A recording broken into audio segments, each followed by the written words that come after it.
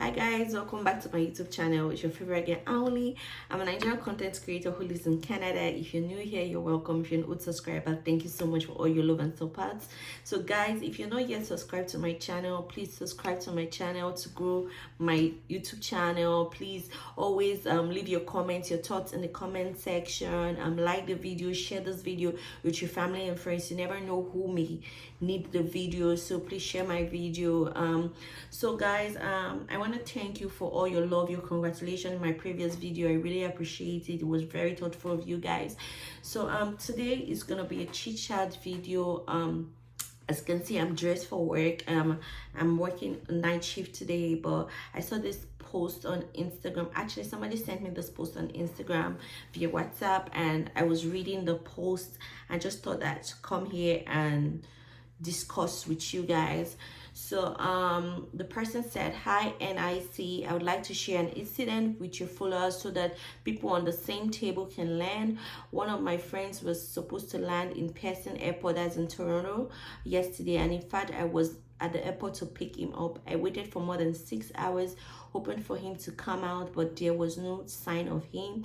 I tried contacting him to no avail. I now later found out that he was sent back to Nigeria because his intention was exposed at the port of entry. It happened that my friend was questioned as normal, just like the normal question they do ask newbies in Canada. The officer then asked him if he had an intention of working in Canada, if at all he gets a job, which he said yes.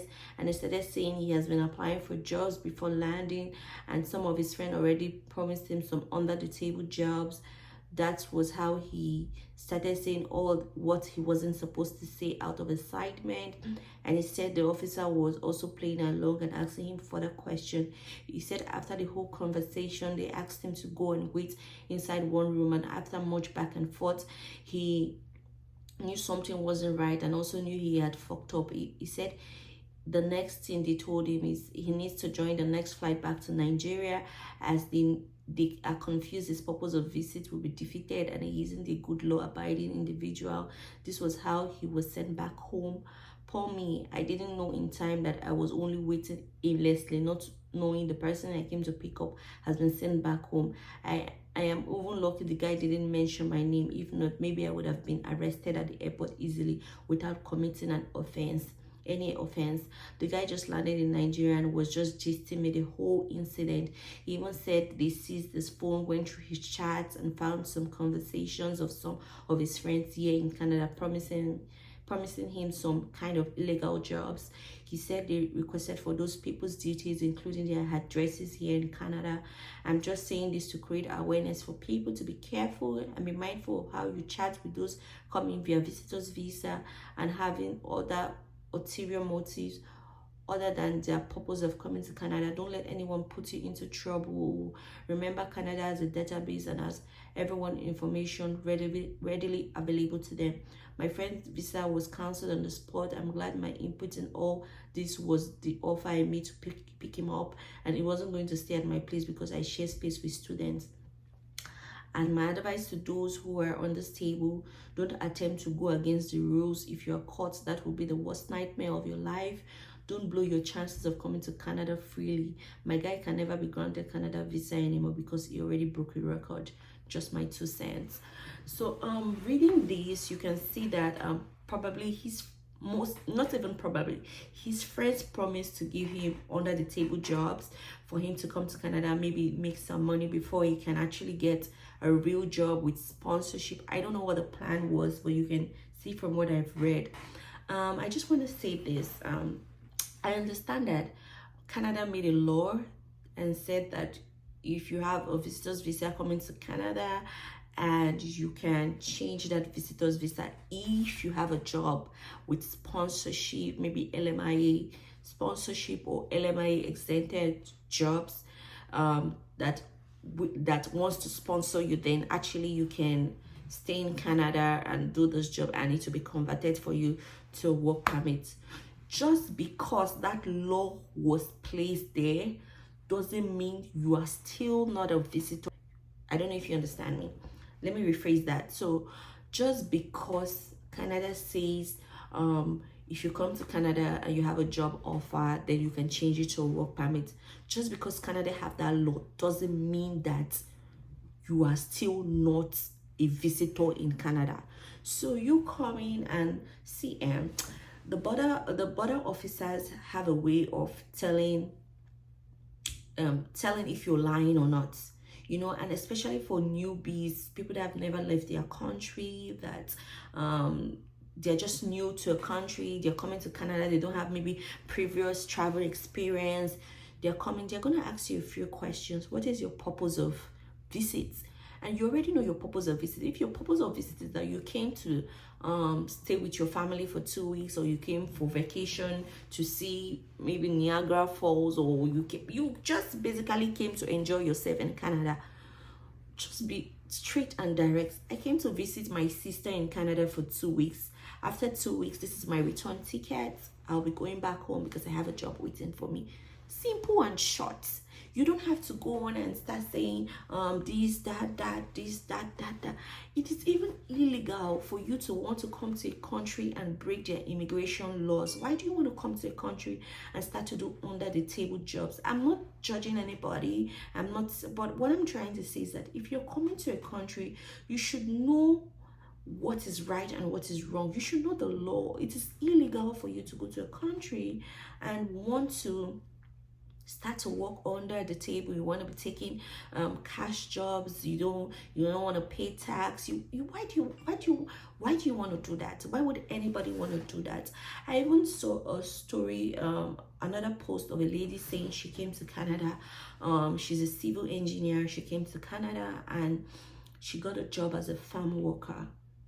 I saw the post on Instagram, and that the company was willing to sponsor her as a farm worker. And at the point of her going to maybe the border to change her visitor's visa to a work permit, she was told she was denied. The work permit was denied, and they told her that she has 2 weeks to leave Canada. I also want to address that, guys. If you're in Canada and you get a job offer, make sure that that job offer is in line with your previous experience. So for example, I would say you're a teacher. Let's just say you're a teacher, and you get a job. The job in line should be in line with teaching. As a teacher, you can't get a job and say, okay, I got a job as a farmer. Do you have farming experiences? Most likely no. So the border officer or the people in charge at the border, they're not stupid. You're a civil engineer and the job you're getting is a farm worker. How does that correlate? It doesn't correlate. And I'm not judging anybody. I understand the situation of things right now in Nigeria. I am not judging anybody. Sometimes the situation can be desperate, but just do things legally. Just do things legally. It pays to do things legally. It pays to not be desperate, you know. If you're going to get a job offer, try to make sure that you have maybe previous working experience in that job, or that the job in question is in line with your field of study. So for example, you studied agriculture and probably you've worked in 1 or 2 farms in Nigeria or in your country of origin, and then you came to Canada and you got a job as a farm worker. Nobody is going to say, why are you getting a job as a farm worker? Or for example, maybe you used to work in the hospital in your home country, and then you come to Canada and you get a job, maybe not just working in the hospital, maybe you're working in the hospital as a cleaner and you get a job as a caregiver. It doesn't correlate. Probably you were working in the hospital as a nurse and then you get a job as a caregiver.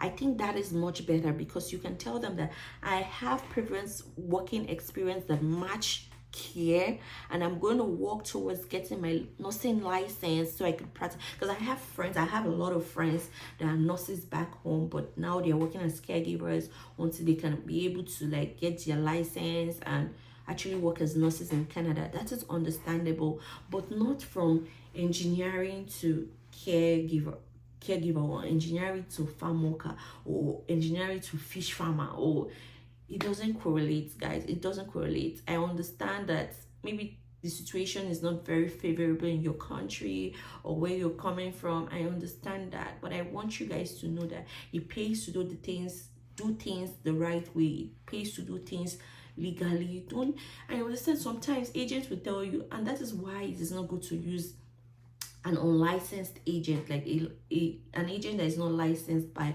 IRCC. I don't support that. Like, it is not good to use unlicensed agent, because those agents sometimes they just want money. So they'll tell you, oh, don't worry, just come with visitors visa. When you come with visitors visa, we'll sort all those things out. When you come with visitors visa, we'll do this. When you come with visitors visa, we'll do that.